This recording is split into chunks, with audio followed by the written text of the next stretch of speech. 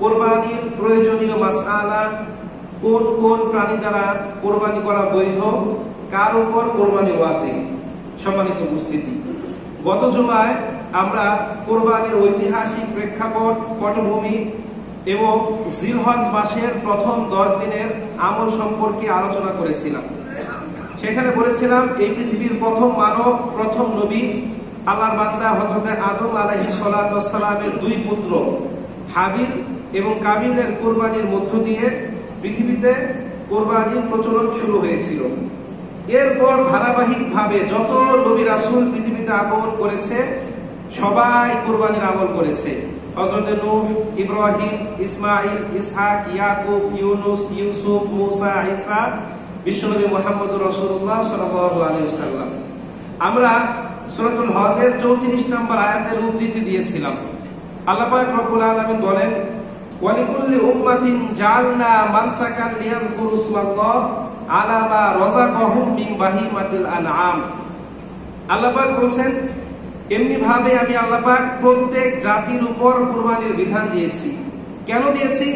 আমি আল্লাহ পাক রব্বুল আলামিন তোমাদের জীবন উপকরণের জন্য যে সকল চতুষ্পদ জন্তু জানোয়ার দিয়েছি, এগুলো উৎসর্গ করার মাধ্যমে, জবাই করার মাধ্যমে তোমরা যেন আমি আল্লাহর নৈকট্য অর্জন করতে পারো, আমি আল্লাহকে খুশি করতে পারো, এই জন্য প্রত্যেক যুগেই আমি আল্লাহ পাক রব্বুল আলামিন কুরবানির বিধান দিয়েছি। কিন্তু যুগে যুগে এই কুরবানির মাঝে এসেছে অনেক বিকৃতি, বিভ্রান্তির শিকার হয়েছে অনেক মানুষ।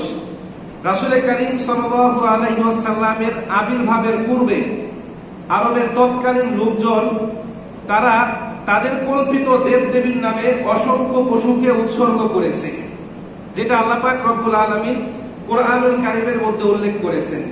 যেখানে আল্লাহ পাক রব্বুল আলামিন ছাড়া অন্য কারো নামে কুরবানি বা অন্য কারো জন্য ইবাদত করলে সেটা কি হবে? শিরিক। কি হবে? শিরিক। সেখানে তারা বিভ্রান্ত হয়ে আল্লাহকে বাদ দিয়ে তাদের কল্পিত দেব-দেবীর নামে কুরবানি করত।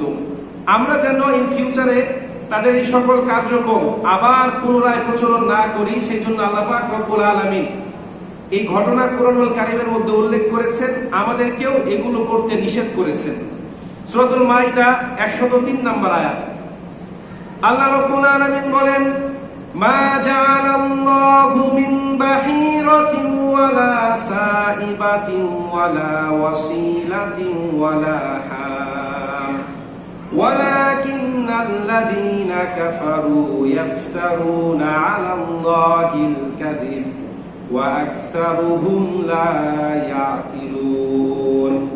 আল্লাহ পাক বলেন, আমি আল্লাহ রাব্বুল আলামিন শরীয়তের পক্ষ থেকে বাহিরা, সায়েবা, ওয়াসিলা এবং হাবিকে নির্ধারণ করি নাই, বরং যারা কাফের তারা আমি আল্লাহর প্রতি মিথ্যা অপবাদ দেওয়ার জন্য এগুলোর প্রবর্তন করেছে। ওয়ালাকিন্না আকসারুহুম লা ইয়াকিলুন, আর তাদের মধ্যে অধিকাংশ মানুষই হলো আকল জ্ঞান বহির্ভূত।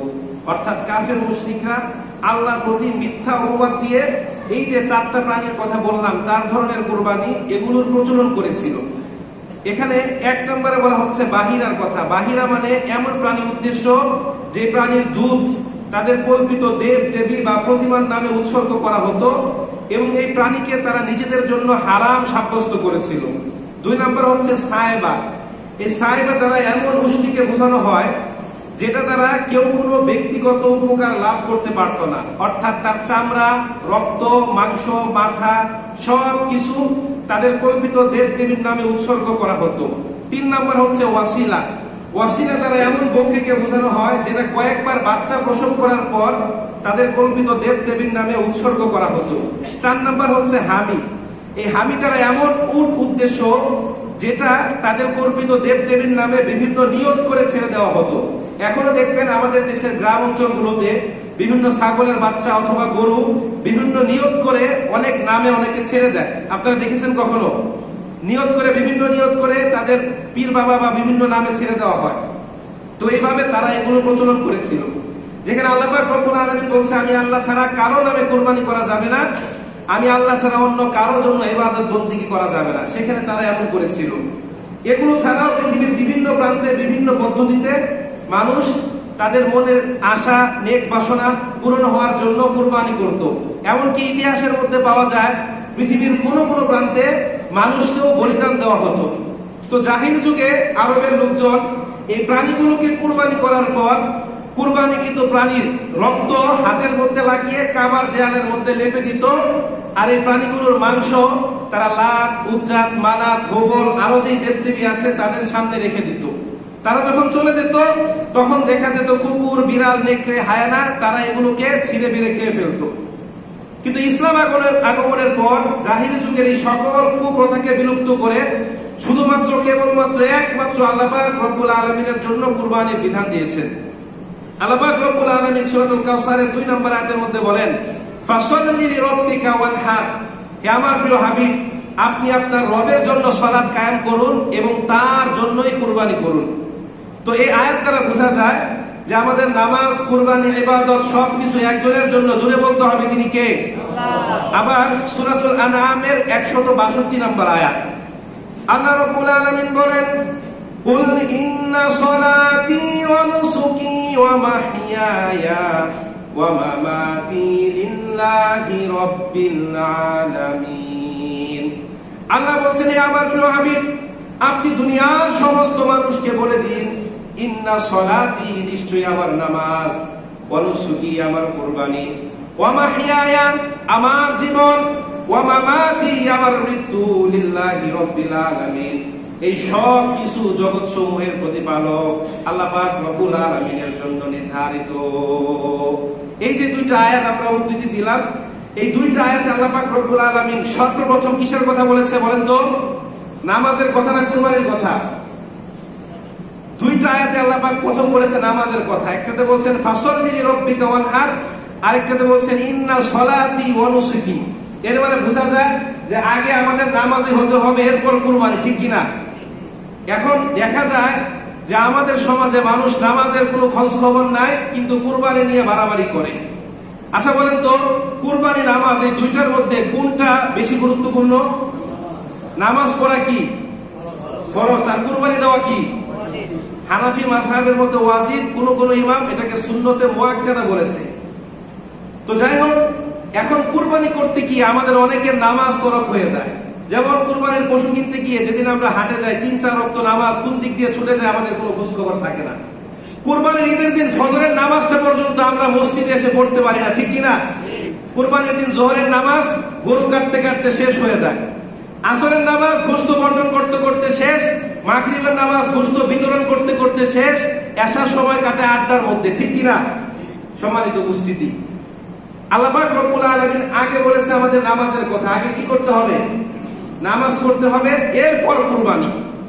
এখন আমাদের সমাজে এমন অনেক মানুষ খুঁজে পাওয়া যাবে যাদের নামাজ, যাকাত, রোজা, হজের কোনো খবর নাই, কিন্তু কুরবানি আসলে এটা নিয়ে বাড়াবাড়ি করে। 5 লাখ টাকার গরু 7 লাখ টাকা দিয়ে কিনে গলার মধ্যে কন্টক মালা একটা পরিয়ে পুরো এলাকা ঘোরায়, একজন আরেকজনের সঙ্গে প্রতিযোগিতা করে যে আমি তার চাইতে বেশি দাম দিয়ে কুরবানি দেব। এরকম আছে না নাই? এদের কুরবানির 2 পয়সার ভ্যালু আল্লাহ পাক রব্বুল আলামিনের কাছে নাই। কুরবানি হবে কার জন্য? এখন আপনি যদি একজন আরেকজনের সঙ্গে প্রতিযোগিতা করেন, সেটা কি আল্লাহকে দেখানোর জন্য হবে নাকি মানুষকে দেখানোর জন্য? সম্মানিত উপস্থিতি, তো আমি মাঝে মাঝে দুঃখ করে বলি যে এখন যদি আমাদের যুগে ওই হাবিল কাবিলের কুরবানির মতো কুরবানি কবুলের পদ্ধতি থাকতো, অর্থাৎ আকাশ থেকে একটা আগুনের স্ফুলিঙ্গ এসে কুরবানিকৃত পশুটাকে জ্বালিয়ে পুড়িয়ে ভস্ম করে দেওয়া যেত, তাহলে দেখা যেত আমাদের মধ্যে কয়জনের কুরবানি আল্লাহ পাক রব্বুল আলামিন কবুল করে। এক জরিপে দেখা গিয়েছে প্রত্যেক বছর আমাদের দেশে 1,10,00,000 থেকে 1,20,00,000 প্রাণী জবাই করা হয়। তো এখন যদি আমাদের যুগে হাবিল কাবিলের কুরবানি কবুলের মতো, অর্থাৎ আকাশ থেকে একটা আগুনের স্ফুলিঙ্গ এসে কুরবানিকৃত পশুটাকে জ্বালিয়ে দিত, তাহলে দেখা যেত আমাদের দেশে 10 লাখ প্রাণীও কুরবানি হতো না। অধিকাংশ মানুষ সামর্থ্য থাকা সত্ত্বেও কুরবানি করতো না। এর পিছনে অনেকগুলো কারণ আছে। 1 নাম্বার কারণ হচ্ছে আমাদের নিয়তের মধ্যে ভেজাল। আমরা তাকওয়া অবলম্বন করে, আল্লাহকে ভয় করে, আল্লাহকে খুশি করার জন্য কুরবানি দেই না। আমরা কুরবানি দেই, আমি কুরবানি না দিলে মানুষ কি বলবে, আমি কুরবানি না দিলে আমার ছেলে পেলে কি খাবে, আমি কুরবানি না দিলে সারা বছর কি ভাবো, এই নিয়তে আমরা অনেকে কুরবানি দেই। 2 নম্বর হচ্ছে আমাদের মধ্যে অধিকাংশ মানুষের উপার্জন অবৈধ। হারাম না খেলে আমাদের আরাম লাগে না। এখন আপনি যদি হারাম টাকা দিয়ে কুরবানি দেন, আপনার কুরবানি কবুল হবে? এক হাদিসে রাসূল বলছেন, মানিশতারা তাওবাম বিআশারাতি দারাহিম ওয়া ফীহি দিরহামুন হারামুন লাম ইয়াকবালিল্লাহু তাআলা লাহু সালাতুন মা দামা আলাই, আও কামা ক্বালা আলাইহিস সালাতু ওয়াস সালাম। রাসূল বলছেন, কোন ব্যক্তি 10 দিরহাম দিয়ে একটা কাপড় খরিদ করলো। কয় দিরহাম? 10 দিরহাম। ওয়া ফী দিরহামুন হারামুন, তার মধ্যে 1 দিরহাম হচ্ছে হারাম। মানে 10 টাকার মধ্যে 9 টাকা আপনি আপনার শরীরের রক্ত পানি করে কষ্ট করে উপার্জন করেছেন, বাকি 1 টাকা অবৈধ পথে উপার্জন করেছেন। এখন এই 10 টাকা দিয়ে একটা কাপড় কিনলেন। কি কিনলেন? একটা কাপড়। এই কাপড় পরিধান করে আপনি যত রাকাত নামাজ পড়েন, যত ইবাদত করেন, যত আল্লাহর গুণগান গান, কোনো কিছু আল্লাহ পাক রব্বুল আলামিন কবুল করবে না। এখন মাথার মধ্যে বুদ্ধি থাকলে একটু বলেন তো, হারাম খাওয়ার পর এটা দিয়ে আপনার শরীরের মধ্যে যে রক্ত মাংস হয়, এই রক্ত মাংস নিয়ে যদি আপনি আল্লাহর ইবাদত করেন, সেটা কি আল্লাহ পাক কবুল করবে? ইবাদত এবং দোয়া কবুলের পূর্ব শর্ত হচ্ছে 1 নাম্বার কি? হালাল উপার্জন। এই যে আমরা এত দোয়া করি, আল্লাহর কাছে এত কান্নাকাটি করি, আমাদের দোয়া কেন কবুল হয় না? আমরা আজ থেকে 100 বছর আগে, 150 বছর আগের আল্লাহর ওলিদের ইতিহাস পড়েছি যে তারা ওযু করে বৃষ্টির জন্য নামাজ পড়ে দোয়া করার সঙ্গে সঙ্গে নাকি আসমান থেকে বৃষ্টি পড়তো। আর আমরা কত কান্নাকাটি করি, 4-5 হাজার মানুষ এক লগে নিয়ে ইস্তেসকার নামাজ পড়ি, এরপর বৃষ্টি হয় না। এর কারণ কি? আমাদের উপার্জন 100% হালাল, ঠিক কিনা? আমাদের উপার্জন কি? আমাদের উপার্জনের মধ্যে ভেজাল আছে। 3 নাম্বার হচ্ছে, অনেকে ভাবতো হাই হাই 1 লাখ টাকা দিয়ে কুরবানি দেব, আর আকাশ থেকে একটা আগুনের স্ফুলিঙ্গ এসে এটাকে জ্বালিয়ে পুড়িয়ে ছাই করে দিবে, দূরে যায়, আমার উপর কুরবানি ওয়াজিব নয়। এরকম ভাবনা ভেবে আমাদের মধ্যে অধিকাংশ মানুষই কুরবানি দিত না। সম্মানিত উপস্থিতি, এখন যেমন যাকাত দেওয়ার সামর্থ্য থাকা পরও অধিকাংশ মানুষ যাকাত ফাঁকি দেয়। তো এখন যদি কুরবানি ওই পদ্ধতিতে কবুল হতো, তাহলে আমাদের মধ্যে অনেকে ধরা খেয়ে যেত। অনেক বড় বড় মোল্লা মুন্সি হুজুর তারাও ধরা খেয়ে যেত। অর্থাৎ কুরবানি কবুল হয় নাই মানে কি? ওই ব্যক্তির মধ্যে ভেজাল আছে, ঠিক কিনা? মানে আমি আপনাদের ইমাম সাহেব, আমি কুরবানি দিলাম, এখন দেখলেন যে আকাশ থেকে আগুন এসে আমার কুরবানি জ্বালালো না, তার মানে আমার ভিতরে কি আছে? তখন এই ভয়ে আমি কুরবানি দিতাম না, ঠিক কিনা? এলাকার বড় বড় চেয়ারম্যান, মেম্বার, এমপি এরা বলতো হাই হাই আমার উপার্জন তো অবৈধ, যদি আমার কুরবানি কবুল না হয় মানুষ ভাববে আমার কুরবানির মধ্যে ভেজাল আছে, কুরবানি দেওয়ার দরকার নাই, ঠিক কিনা? সম্মানিত উপস্থিতি, কথাগুলো একটু তিতা, কিন্তু এটা হচ্ছে আমাদের বর্তমান সমাজের চরম বাস্তবতা। এবার আসেন, কার কার উপর কুরবানি ওয়াজিব? প্রত্যেক মুসলিম, মুকিম, সুস্থ, প্রাপ্তবয়স্ক, নেশাব পরিমাণ সম্পদের মালিকের উপর কুরবানি ওয়াজিব। আমি বিস্তারিত বলছি। কুরবানি ওয়াজিবের প্রথম শর্ত হচ্ছে আইয়াকুনা মুসলিমান, তাকে মুসলিম হতে হবে। 2 নম্বর শর্ত হচ্ছে তাকে মুকিম হতে হবে, অর্থাৎ মুসাফির নয়। 3 নম্বর হচ্ছে সুস্থ হতে হবে। এই সুস্থ কোন সুস্থ? মানসিক ভাবে সম্পূর্ণ সুস্থ। আপনি কোটি টাকার মালিক, আপনার একটা পাও ভাঙা, আপনি বলছেন আমি অসুস্থ, আমার উপর কুরবানি ওয়াজিব নয়, হবে? বলেন হবে? এরপর শর্ত হচ্ছে প্রাপ্ত বয়স্ক হওয়া, বালেগ হওয়া। এরপর শর্ত হচ্ছে নেশাব পরিমাণ সম্পদের মালিক হওয়া। এখন এই কুরবানির নেশাব কতটুকু বা সামর্থ্য কতটুকু, একটু কান খাড়া করে সবাই শুনে রাখেন। ফুকাহা কেরাম বলছেন যে জিলহজ মাসের 10 থেকে 12 তারিখ, 10, 11, 12 এই 3 দিন যদি কারো কাছে 52.5 ভরি রূপা বা তার সমমূল্যের যে বাজার দর এই টাকাটা থাকে, তার উপর কুরবানি ওয়াজিব। আমি আবার বলছি যে জিলহজ মাসের 3 দিন, 10, 11, 12 এই 3 দিন যদি কারো কাছে যাকাত ওয়াজিব হয়, অর্থাৎ 52.5 ভরি রূপা যে বাজার মূল্য আছে, এই পরিমাণ টাকা যদি কারো কাছে থাকে, তার উপর কুরবানি ওয়াজিব। বুঝেন না এমন কেউ আছে? এবার আসেন, কারো কাছে যদি জিলহজ মাসের 12 তারিখ অর্থাৎ কুরবানির শেষ দিন, সূর্যাস্তের পূর্বেও এই পরিমাণ সম্পদের মালিক কেউ হয়, তার উপর কুরবানি ওয়াজিব। এখন আসেন, 52.5 ভরি রূপার দাম কত? আপনাদের জ্ঞাতার্থে সহজ ভাষায় বলছি, 1 ভরির দাম 1000 হলে 52.5 ভরির দাম 52,500 টাকা, ঠিক কিনা?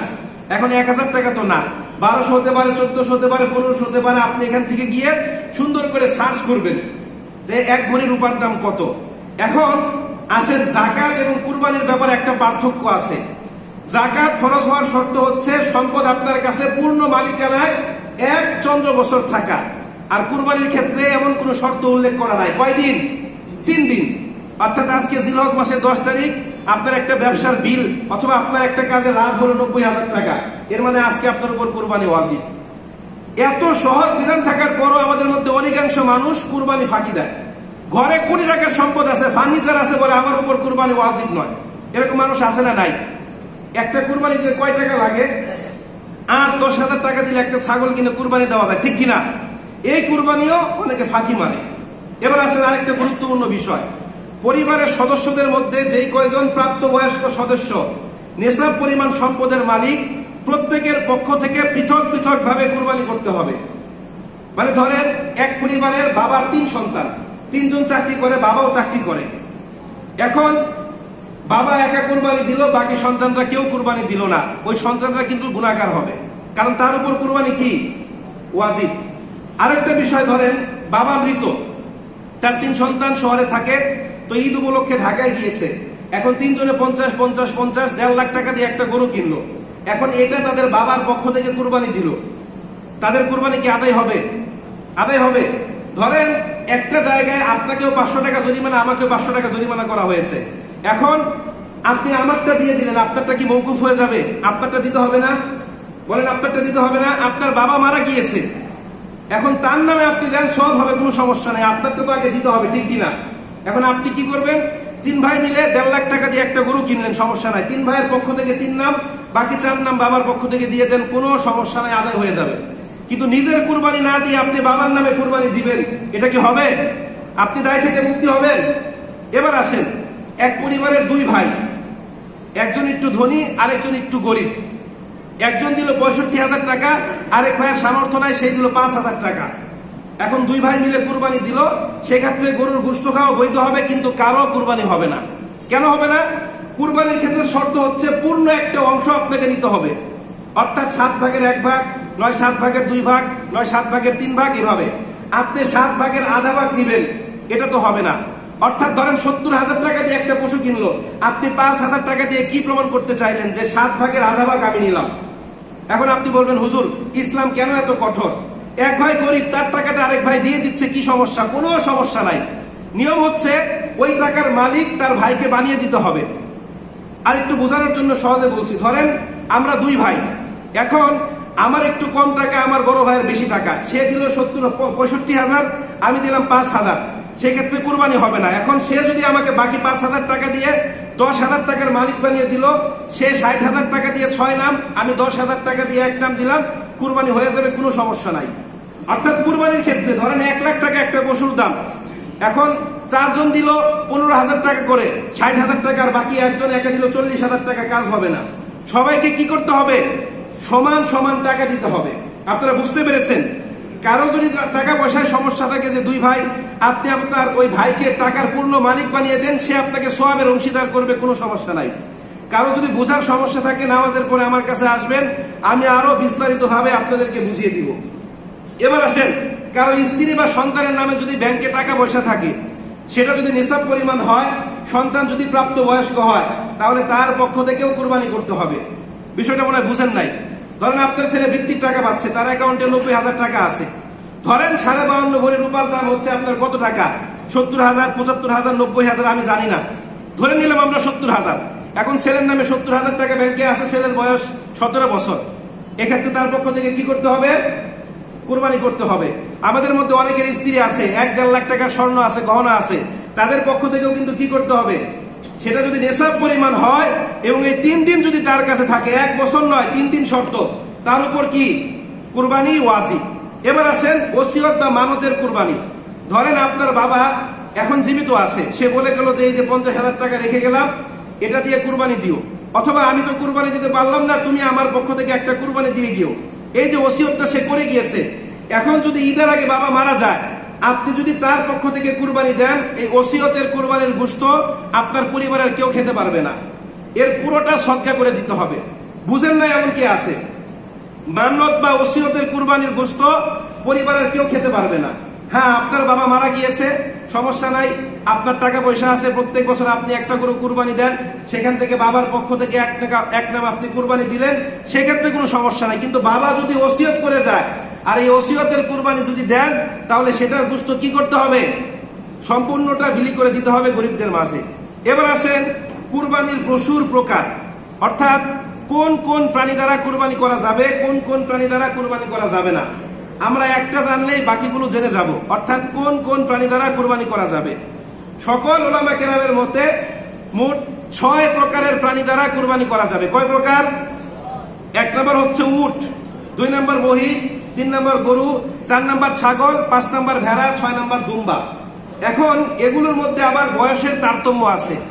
যেমন উটের ক্ষেত্রে বয়স সর্বনিম্ন 5 বছর হতে হবে, এর একদিন কম হলেও কুরবানি হবে না। গরু এবং মহিষের ক্ষেত্রে বয়স 2 বছর পূর্ণ হতে হবে, যদি একদিন কম হয় কুরবানি হবে না। দাঁত ওঠা না ওঠা শর্ত নয়, বয়স কয় বছর হতে হবে? 2 বছর। নরমালি গরু 2 বছরে যেতে যায়। এরপর আসেন দুম্বা, ভেড়া, ছাগলের ক্ষেত্রে বয়স 1 বছর হতে হবে। তবে ফুকায়ে কেরাম বলছেন কোন 6 মাসের ভেড়া, দুম্বা বা ছাগলের বাচ্চা যদি দেখতে একটু মোটা সোটা হয়, অর্থাৎ 1 বছরের ভেড়ার সঙ্গে রাখলে মোটামুটি সমান দেখা যায়, তাহলে সেগুলো দ্বারা কুরবানি করা যাবে। বুঝেন না এমন কি আছে? সবাই বুঝতে পেরেছেন? এছাড়া কানা, খুরা, ল্যাংরা, লুলা, লেজ কাটা, শিং ভাঙা এরকম কোন প্রাণী দ্বারা কুরবানি করলে কুরবানি হবে না। এবার আসেন কুরবানির প্রাণীটা দেখতে সুন্দর, মোটা তাজা হওয়া মুস্তাহাব। আপনি কার জন্য কুরবানি করছেন? আপনি যখন আপনার বসকে বা নেতাকে কোনো কিছু দেন, খারাপ জিনিসটা দেন, কেমন জিনিস দেন? ভালো জিনিস দেন। গত জুমায় হাবিল এবং কাবিলের কুরবানি নিয়ে আলোচনা করেছিলাম।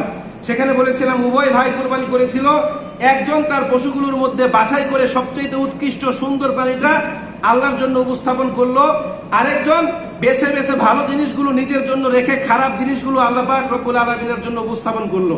আল্লাহ কার কুরবানি কবুল করেছিল? যে ভালো জিনিসটা আল্লাহর রাস্তায় কুরবানি করেছিল। এই জন্য 5-10 হাজার টাকা বাঁচানোর জন্য শিং ভাঙা, লেজ কাটা, পা ভাঙা অসুস্থ গরু নিয়ে আসবেন, বিষয়টা জেনে অমন না হয়। আপনি কুরবানি করছেন কার জন্য? আল্লাহর জন্য। এবার আসেন কুরবানি সম্পর্কে ইসলাম বিদ্বেষী ক্ষুধাদ্রোহী কিছু নাস্তিকদের প্রশ্ন উত্তর নিয়ে। এই নাস্তিকরা প্রত্যেক বছর কুরবানি নিয়ে বিভিন্ন রকম অভিযোগ করে। তারা বলে প্রত্যেক বছর কুরবানির দিনগুলোতে, অর্থাৎ জিলহজ মাসের 10, 11, 12 এই 3 দিনে গোটা বিশ্বব্যাপী কোটি কোটি প্রাণীগুলোকে হত্যা করা হয়, আর এর মাধ্যমে মুসলিমরা তাদের আনন্দ উৎসব উদযাপন করে। তাহলে ইসলাম কিভাবে শান্তির ধর্ম হলো? তারা বলতে চায় যে এর মাধ্যমে পরিবেশ এবং সমাজ জীবনে একটা মারাত্মক ক্ষতিকর প্রভাব পড়ে। এত অল্প সময়ে এত কোটি কোটি প্রাণী হত্যা করার ফলে পরিবেশের মধ্যে খারাপ প্রভাব সৃষ্টি হয়, মারাত্মক রোগ জীবাণু ছড়িয়ে পড়তে পারে, এগুলোর ঘাটতি দেখা দিতে পারে। তারা আরো বলে যে কুরবানির গোশত খাওয়া যেহেতু উদ্দেশ্য নয়, গোশত খাওয়ার জন্য কুরবানি দিলে যেহেতু কুরবানি হবে না, তাহলে এই কুরবানির টাকাগুলো দান করে দিলেই তো হয়। এতে করে দারিদ্র্য বিমোচন হবে, মানুষের উপকার হবে। আচ্ছা, তাদের কথার উত্তরে বলতে চাই যে দারিদ্র্য বিমোচনের জন্য আমাদের ধর্মে যাকাত, ফিতরা, দান, সদকা, সহযোগিতা, সহমর্মিতা, কর্জে হাসানার ব্যবস্থা আছে। এখানে কুরবানির টাকা কেন দান করতে হবে? এরপর আসেন অর্থনীতিতে একটা পলিসি আছে, যেই বস্তুর ভোগ বা মানে আপনার চাহিদা যত বেশি, সেই বস্তুর উৎপাদনও তত বেশি। যেই জিনিসের ভোগ বা চাহিদা যত কম, সেই জিনিসের উৎপাদনও তত কম। যেমন ধরেন 1971 সালে আমাদের দেশে জনসংখ্যা ছিল কত কোটি? 7 কোটির মতো। 74 সালে ছিল 8.5 কোটির মতো। বর্তমানে আমাদের দেশে জনসংখ্যা কত কোটি? প্রায় 18 কোটির মতো। আচ্ছা, এখন আমরা বেশি খাই না আগে বেশি খেতাম? আপনারা মনে আমার কথা বুঝেন না। এখন বেশি খাই না আগে বেশি খেতাম? 5 জনে যেই খাবার খায় 10 জনই কি ওই পরিমাণ খাবার খায় না? তার চেয়ে বেশি খায়। এরপর দেখেন 1974 সালে এক দুর্ভিক্ষে বাংলাদেশের প্রায় আপনার 15 লক্ষ মানুষ মারা গিয়েছিল। বর্তমানে আমরা যে পরিমাণ খাবার খাই, আজ থেকে 50 বছর আগে আমাদের পূর্বপুরুষরা এত 3 বেলা পেট ভরে খেতে পারতো না। এখন প্রশ্ন হচ্ছে 1971 সালে আমাদের রাষ্ট্রীয় সীমানা যতটুকু ছিল, এখন কি তার চাইতে বেড়েছে না কমেছে? না সমান আছে? আমাদের রাষ্ট্রীয় সীমানা কিন্তু সমানই আছে। তাহলে মানুষ 7 কোটির জায়গায় 18 কোটি, খাবার কেন ঘাটতি দেখা দিচ্ছে না? This is the true meaning of baraka. এটাই হচ্ছে বরকতের প্রকৃত অর্থ। আমরা মানুষ বেড়েছি সংখ্যায় দ্বিগুণের চাইতে বেশি, এরপরও খাদ্যের কোনো ঘাটতি নাই, ঠিক কিনা? এবার আসেন, একটা কুকুর প্রত্যেক বছর 8 থেকে 10টা বাচ্চা প্রসব করে, একটা বিড়াল 3টা থেকে 4টা, একটা গরু কয়টা বাচ্চা প্রসব করে? ছাগল কয়টা? 3টা 4টা। এখন আমরা প্রত্যেকদিন কয়টা করে কুকুর জবাই করি? বিড়াল কয়টা জবাই করি? গরু ছাগল কয়টা জবাই করি? প্রত্যেকদিন বাংলাদেশে হাজার হাজার গরু ছাগল জবাই করা হয়, ঠিক কিনা? এরপরও যদি আপনি জরিপ করে দেখেন, গরু ছাগলের সংখ্যা বেশি হবে না কুকুরের সংখ্যা? কেন? কুকুর তো একসঙ্গে 8টা জন্ম নেয়, আর গরু ছাগল কয়টা জন্ম নেয়? 1টা, 3টা, 4টা। তাহলে গরুর সংখ্যা কেন বেশি হবে?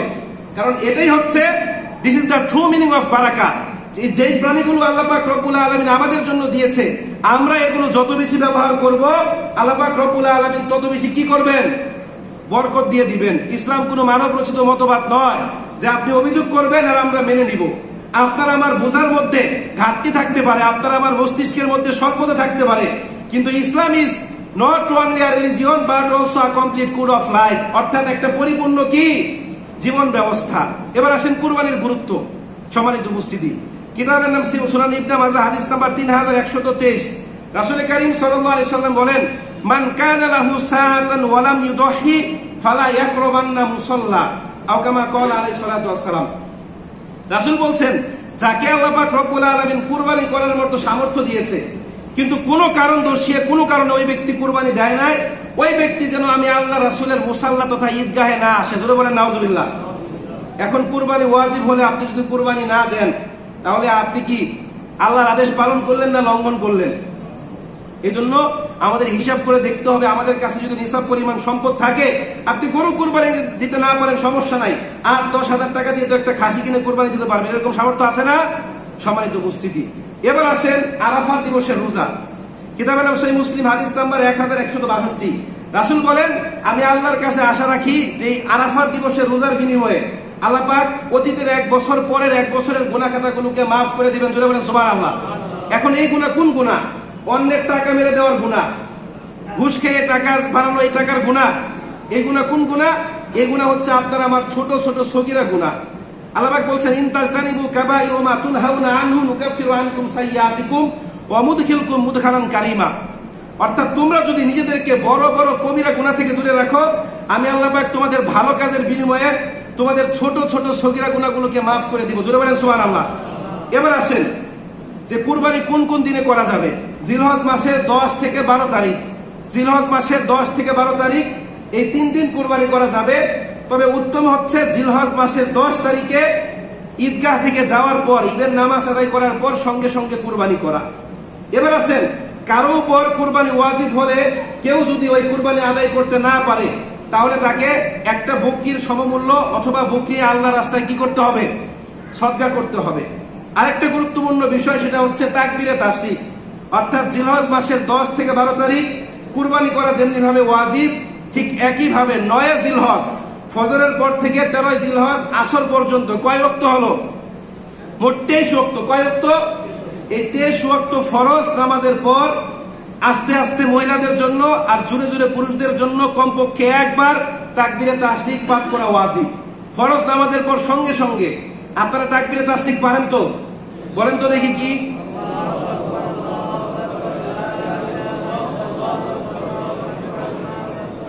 মাশাআল্লাহ। এটা কখন বলবেন? ফরজ নামাজের পর সালাম ফেরানোর সঙ্গে সঙ্গে পুরুষরা জোরে একবার, নারীরা ঘরের মধ্যে আস্তে আস্তে একবার, এটা আপনারা পাঠ করবেন। সম্মানিত উপস্থিতি, তো কুরবানি সম্পর্কে যে কথাগুলো বললাম, আল্লাহ পাক রব্বুল আলামিন আমাদের সবাইকে জানার, মানার এবং বোঝার তৌফিক দান করুন।